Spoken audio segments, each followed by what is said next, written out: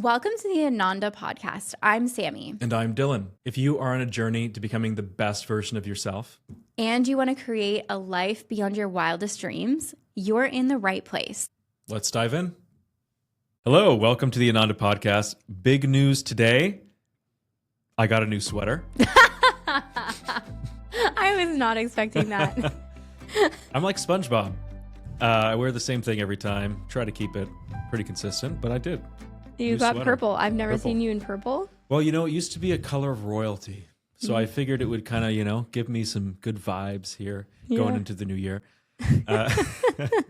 But anyways, so this episode, we're going to be talking about our Dragon's Den experience. That's what I thought the big news was. We aired on Dragon's Den. Yeah, we aired on Dragon's Den. That is the big news, actually. Yay. The crazy thing is that we thought we were not going to air because every week that passed, we didn't hear and we didn't hear and we didn't hear. And we were supposed to have two weeks plus notice. And so it was coming to the end and we were just like, I guess we weren't good. I guess we aren't going to be on there. Yeah. And then all of a sudden, this one random Wednesday, it was like, you're going to be on the season finale. Mm-hmm. And it's 3 weeks away and not even 3 weeks away. Or I guess it was. And then we planned a massive viewing party. Yeah. I planned with my team. You told me not to worry about it. Which was good. And luckily I had lots of help from our team and it was so fun. It was great. And it was... Yeah, you worried about that. We were already selling out every day. And we accidentally doubled our month in January, which we weren't anticipating. No, we almost tripled. Yeah, it was insane. And we didn't mean to. No. This is before Dragon's Den. And so I was dealing with, and we're still dealing with massive production shortages. We bought it. So it was like this perfect storm where we grew a lot. And then we bought a new filling machine that was supposed to make things way better. And it kept breaking down. Yeah. So we had we were a month delayed for our production. We're still a couple weeks delayed. And then we had Dragon's Den message us, say, hey, you're on in a couple weeks. And we're like, okay, we need to get even more product here. But then people just kept ordering more and more and more than what we anticipated. So then it's like we were already selling out what was even coming to just fill the back order. Yep. Then that was already sold out by the time it was coming in. So we were just like, oh my God. So we have a lot of customers that love our product and that are really happy they found us. And we also have a lot of customers that are like, where's my package? And so if that's you, we understand. We're trying. I'm sorry. Yes. It's coming. We are I had a pallet that was supposed to be delivered on Friday. Yeah. I paid for expedited delivery. And then guess what? The whole Northeast decides to have a giant snowstorm. So it was delayed Saturday, delayed Sunday, and now delayed Monday. And it will be delivered Tuesday. And that package was supposed to catch up on all of these orders. Yeah. And then we have another pallet that's supposed to arrive on this Friday. I hope. Pray or God Monday. Let's just say Monday. And then hopefully at that point, we're caught up. Yeah. However, by the time that arrives and we're caught up, we're already going to be almost sold out. So we have another batch being made currently, with another 14,000 units that will come in a couple of weeks. And I just, right before stepping on to this podcast studio, I was talking to our manufacturer saying, all right, yeah, okay, so what's your guys' max? Where are you guys at? How many more could you guys do? He's like, we're at capacity right now. I'm like, oh God. Okay. And he's like, we just need to make some upgrades and then we'll be able to do more. And I said, well, okay, so if we start doing this amount, are you guys going to be able to handle that in the next year? He's like, well, we'll have to get another facility. I'm like, well, that's great because the facility right next to you guys was available, right? He's like, yeah, but somebody just rented it out. No. And I'm no. No. You know that meme of from The Office where he's like, no, yeah. No. Yeah. That's me. Yeah, that's right you now. Today. Oh my God. It's good problems, but still problems. And it's we're so grateful for the growth. We're so excited. We're so it's a much better problem than not having any sales. Yeah, but then having upset customers is just really crappy. We're just guys, I'm so sorry. I know you just put your money into our product and we promise we're getting it to you. we're doing everything we can. Like, please be patient. But it sucks because obviously we want to make our customers happy and give this good first impression. I know. And then people don't realize like shipping boxes. Yeah. Okay? So like we could manufacture shipping boxes in Canada, but a much lower quality shipping box would be like $5. Whereas a really, really, really high end shipping box is like $1.50 from China, $2, right? Yeah. So like we want a better experience for the customer, so we get them from China, okay? I just placed an order the beginning of January. They said we're not getting new shipping boxes until June. So I have 6 months where I'm waiting on these shipping boxes and we're going to be sold out of shipping boxes. So it's like, now I have to figure out where to get more shipping boxes. That can do it faster. I know. So it's like, there's so many things like logistically with the business. Like you think like, oh, your business is growing. You're just going to be like swimming in pools of $100 bills. No. I wish that were the case. Wouldn't that be wonderful? Yeah. But no, you're just like spending all of it in anticipation for the growth. So you're still in the exact same space you were when you're doing like almost no sales. Yeah. It's just like the numbers are a little bit bigger. Yeah. Yeah. Luckily, we've been able to have helpers. Like we've been able to hire a team. Yeah. Hire a team. They've saved our... Which has been incredible and life-changing and so fulfilling. And it's like, I don't know, at the beginning as an entrepreneur, even like the first kind of people that we tried to hire or whatever, or just in general, like it felt like, oh, nobody can do this as good as me. Nobody cares as much as me about this business. And for a lot of the people we'd hired before, that was true. Yeah. And that's okay. Like it's true. It's our business. Nobody is going to care as much as we are. And so it felt like, oh, I don't want to have employees for so long because it's like, nobody's going to do it as good as we are with as much intention. But then we found people. But now it's like the team we have now, they're like just as invested and just as in love with the brand we've created and just as in love with the product. And they add so much extra value that we don't have the capacity to add. And they're telling us they're losing sleep because they're so excited to wake up for work. Like, it's just so amazing. That is so much more fulfilling than any personal goal. It's like, that is what I want every human being to have. It's like, they're so excited to like, for their work, for their contribution. Yeah. That they lose sleep because they're too excited. Like that is exactly what we're trying to create. Yeah. Besides it's been really fun. Yeah. It's been really, really fun. So it's a new phase.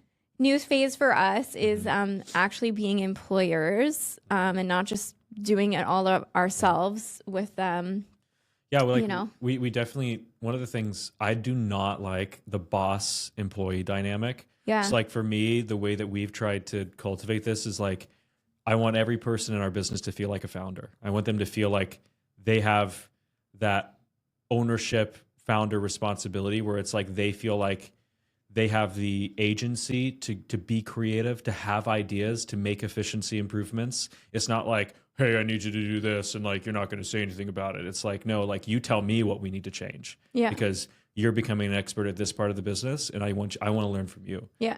You know? Yeah, and then we take all this information and we try to make things better and easier for them, and that's been really, really cool too. And I've really enjoyed that. For sure. Yeah.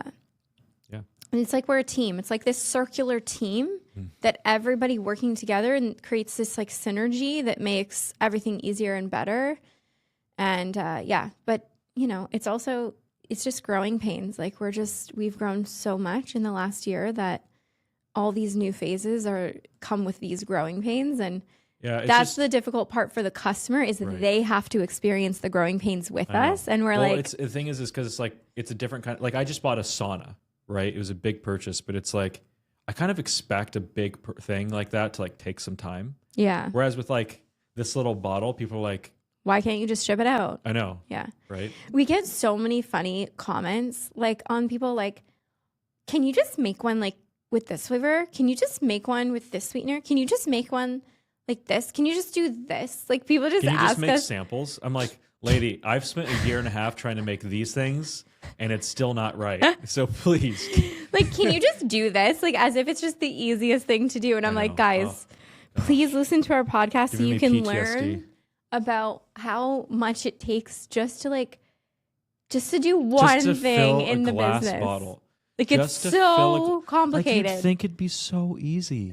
I wish it was so easy. Yeah. Anyways, so we do see your requests, you guys. I did have a funny idea.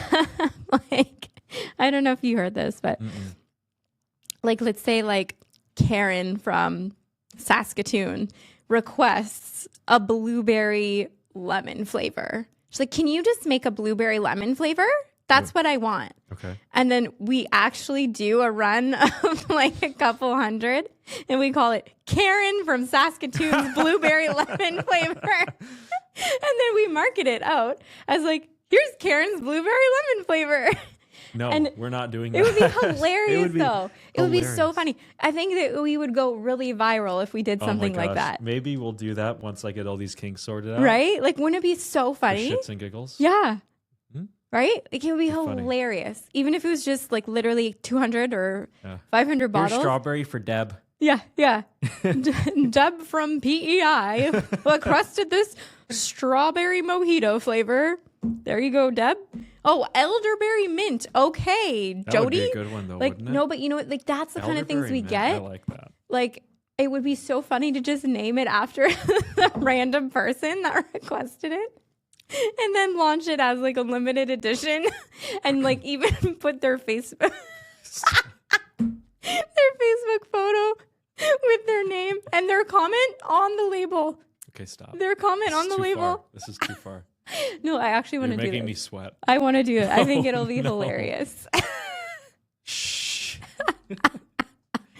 This is like my marketing plan. Yeah, and I'm trying to figure out global logistics right now. and Yeah. I'm like, I think it'll be- Let's make a 300 unit run for Deb. I think it'll be hilarious. Okay. I think people will buy it. We'll literally put their Facebook comment on the label, and we'll just do a short run, and we'll do it with like 3 flavors. And everyone will be like, what the heck Okay, is let's talk this? about Dragon's Den. Okay, sorry.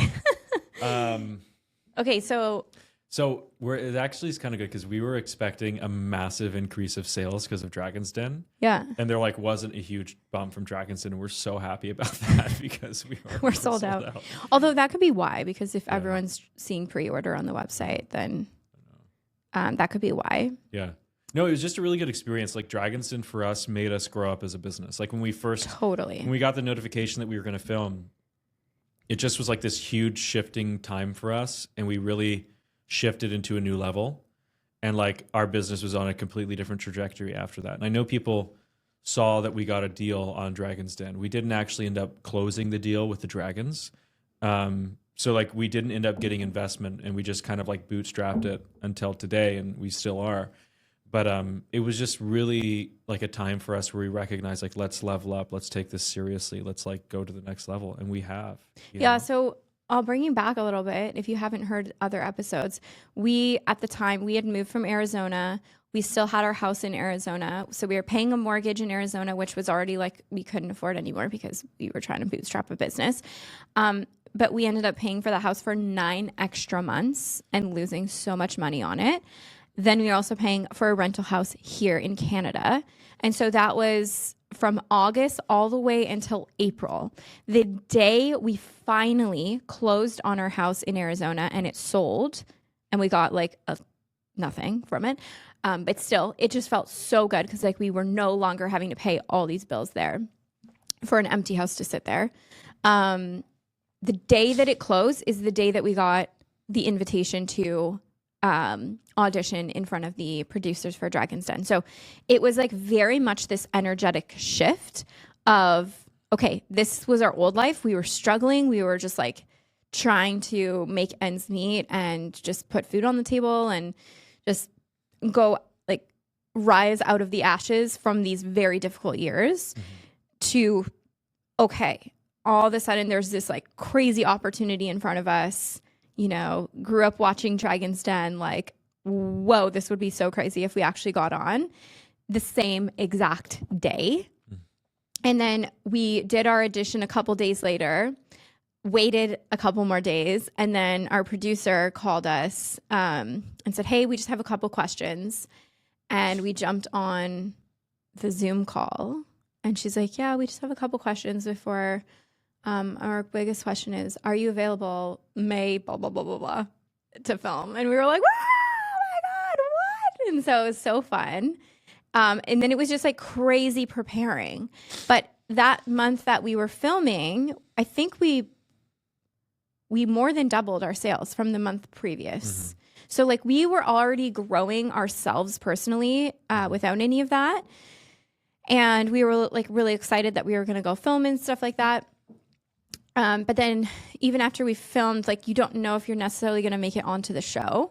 So that was May. We had a great May, and we presented to them mid-May. So we, had our projections for what we were going to do. We ended up doing that. And you can see in the episode, like we said, oh, well, we anticipate doing this month. She's like, well, that doesn't matter. Like it's about now. Haven't you ever watched this show? Yeah. And I was like, yeah, but like, that. Yeah. I mean, technically, an investment is you're looking at the projection of a business, but I get it. They're a bit dramatic about it because, like, when you actually talk to, like, in a normal investment environment, they're gonna look at like your growth. Yeah, and they're gonna project out. But I get it at the same time because like that was only like 2 months in, and so if you're like looking at the past 2 years, like I get it, like totally fair. So, but regardless, we did keep growing month after month after month. And so by the time we're in negotiations, the deal that we made no longer made sense for us because we like now, if we kept growing the way that we were, that valuation that we had agreed upon on TV would be like really, really low. At the time we go on, it's really high. The way that we had grown, it was now low. And so like Arlene had said on the show, which you probably saw, you're going to give up so much equity to keep getting money to the point that you're not going to own anything anymore. And so we really did take that to heart throughout the like negotiation process and as we were growing. And actually our dragons said like, I actually think you guys are doing fantastic and I don't think you should give up this much equity. And so, let's keep in touch and I'd love to mentor you. And like we left on great terms and for sure. And it was like a mutual kind of like, we got this right now. We got this. We shouldn't give up equity and take money if we don't need to. And let's just keep growing and see what happens. And so that's kind of how we left it. But going on the show was also a wild experience. Terrifying. Oh my gosh. Like it was so fun, but like, fun is relative because I was very like it's scary. It was terrifying. It's so scary. It was not a bad experience. No, but it was so stressful. Like preparing for the speech, I don't want to forget my lines. Like I'm on all these cameras. If I screw up, it's going to be on national television. So like on the one hand, it was great. On the other hand, I'm like, I hope I never have to do this again because this is terrifying.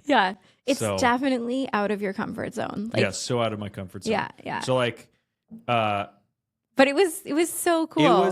It was an expansive experience where it's like we had to grow. Even when we got accepted to go film, it made us look at our business so differently. Like that day, we were like, we have to become legit now.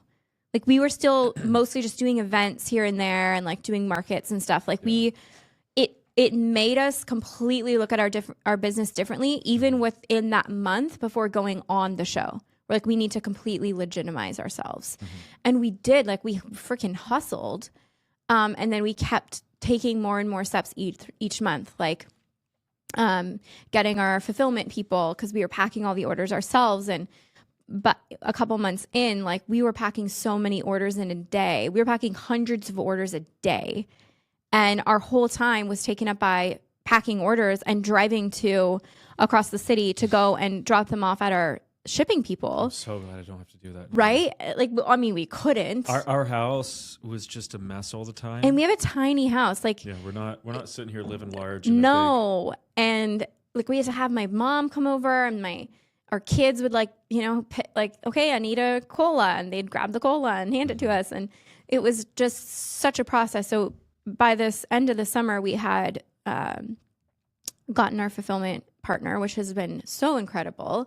And then, all these different kind of steps as we've gone on, had help with social media, and we started the podcast and I was podcast manager. And now we have customer service, because then it was like our whole day was just customer service emails, just the two of us.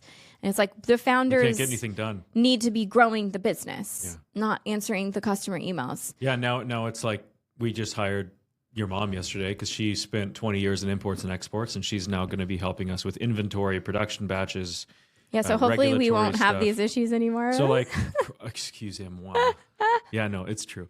Yeah, so it's like, I don't know. It's just been such an experience, and I'm more excited than ever. And it's like, I don't have a specific goal I'm trying to reach. I'm excited to see what's possible. Yeah, same. I think that like my biggest thing is I want to get the production ironed out so that we actually know like we're not back ordered all the time, and then it's like that stress will be off my shoulders. But it's like what I'm so excited. I just want to see what's possible. Yeah.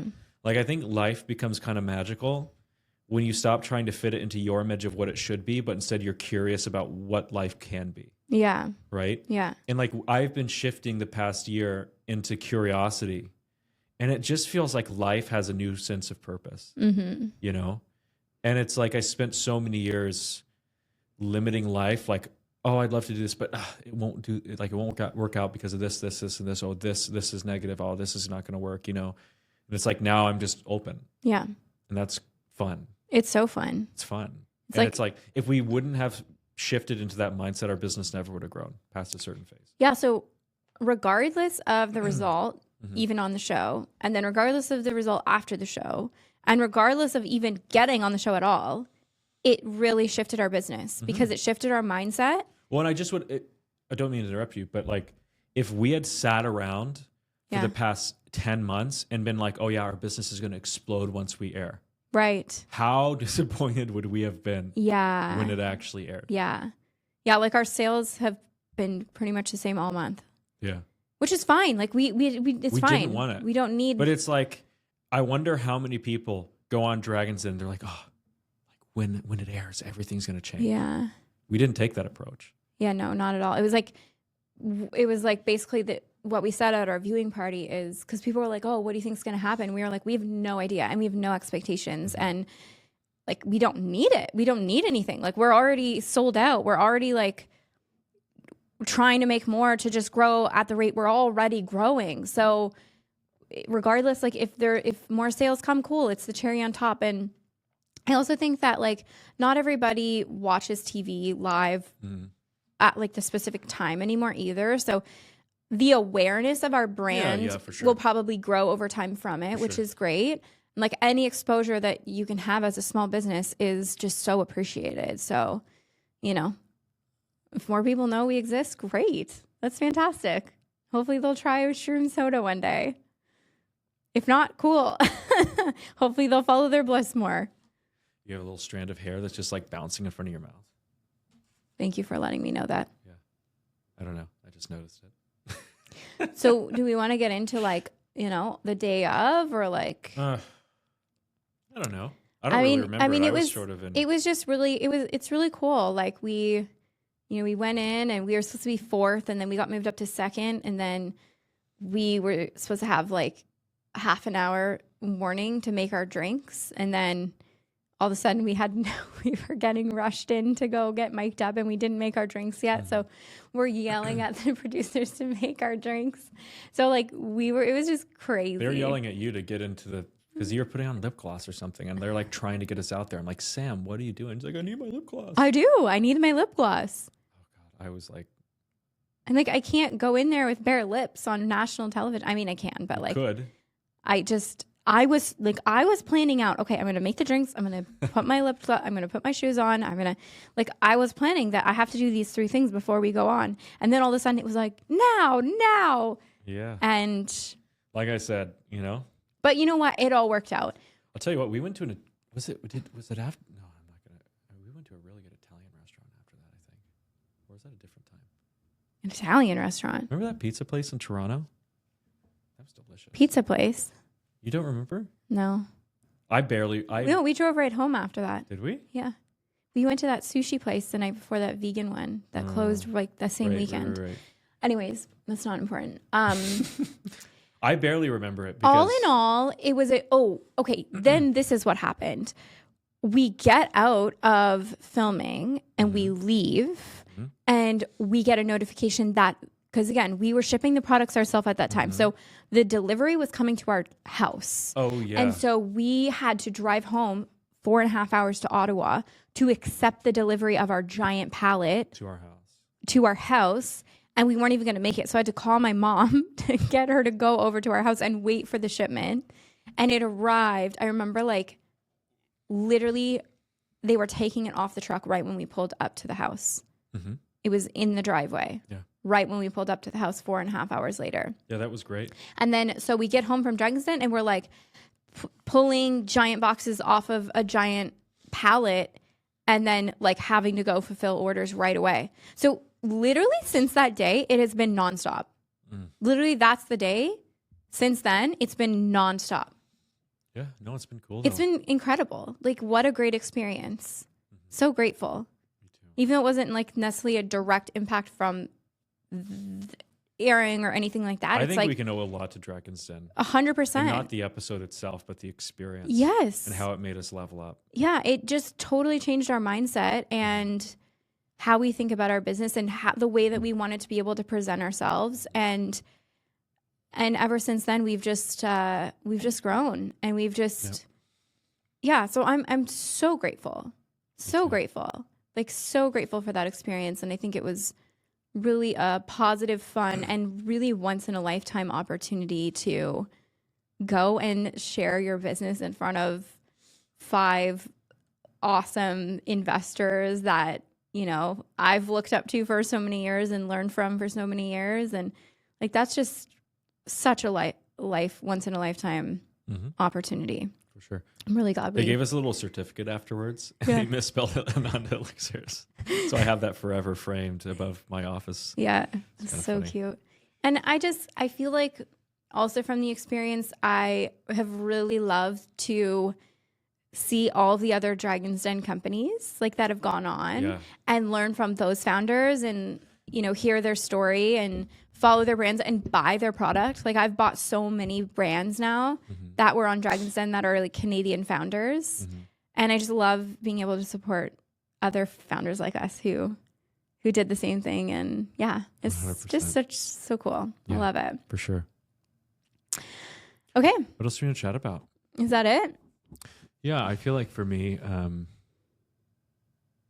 you know, it's all just a blur, that whole experience. So, yeah, like I feel like I barely remember the actual pitch itself. So, and I don't know how much we can talk about.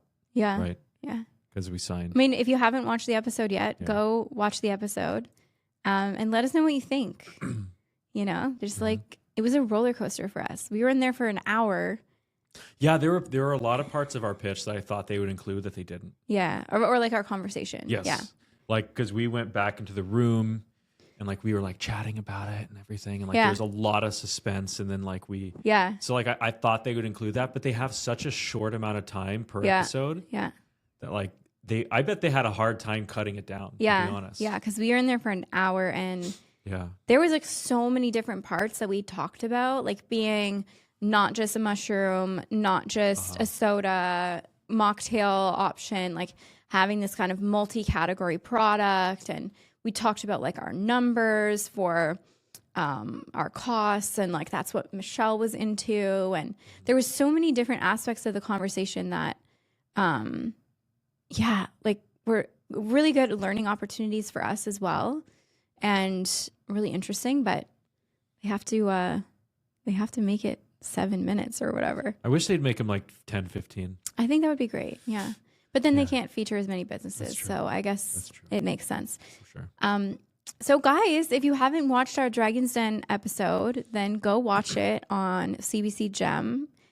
We have a link on cbc.com. Unfortunately, we can't share it on social media because on social media they think it's news link, and that's one of the best things about Canada, to be honest, is that they ban news on social media.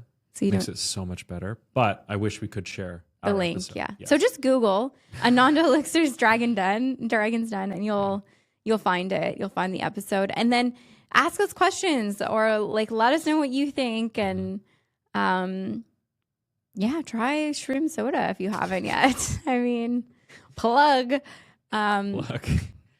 We're drinking it right now. In fact, I haven't taken many sips. I was going to say that I've drank most of mine and I've just been burping the whole time because of the sparkling water. I already drank a root beer with Brittany. So. Oh, it's so good. And that's not plugging my product. It's just every time I drink my cola, I literally am just like, oh, it's so good. Every time. Which is why it does not get old. Why we started it, why we sell it, because can't wait to get our cranberry ginger back in stock. Yeah. Yeah. Oh my gosh. And I just feel like, yeah, it's the ups and downs of a growing business. Mm-hmm. If you have like questions about that or comments, let us know. Because, you know, we really want to share kind of the behind the scenes as well. And there's so many things that we didn't fully understand, even though we were like in business and interested in business for so long. There's so many aspects that we did not fully understand until we're like in it, doing it. Mm-hmm. And, you know, from these comments that we get, like, oh, why don't you do this? Or like, oh, this is a missed opportunity for marketing or this and that. It's like, well, we can't say that. So there's so many things that people they come at you like almost angry. Like, why don't you just do it like this? As if they know. And we're like, because you can't do that. Or because that would take me this much money and this much time. I can't just snap my fingers and it happens. So like, I really want to bring this educational business aspect forward as well. Mm-hmm. I think it would help people because it's helped me. I mean, I appreciate so much any businesses and founders that are bringing forward a product that's high quality, that's, you know, like intentionally made and all of the things. It's so not easy. And there's so much that goes into it. And we really try to put so much love and intention into every aspect. And now our team does too. So for sure. Yeah. So that's it for today, you guys. If you have any questions or comments, let us know. And we'll see you on the next episode. Sounds great. Thanks, guys. Thank you so much for listening. If this episode inspired you or made you think of someone, please send it their way. We would love for it to help them too, and it really helps the podcast. Follow along at Ananda Elixirs on social media. We can't wait to connect with you.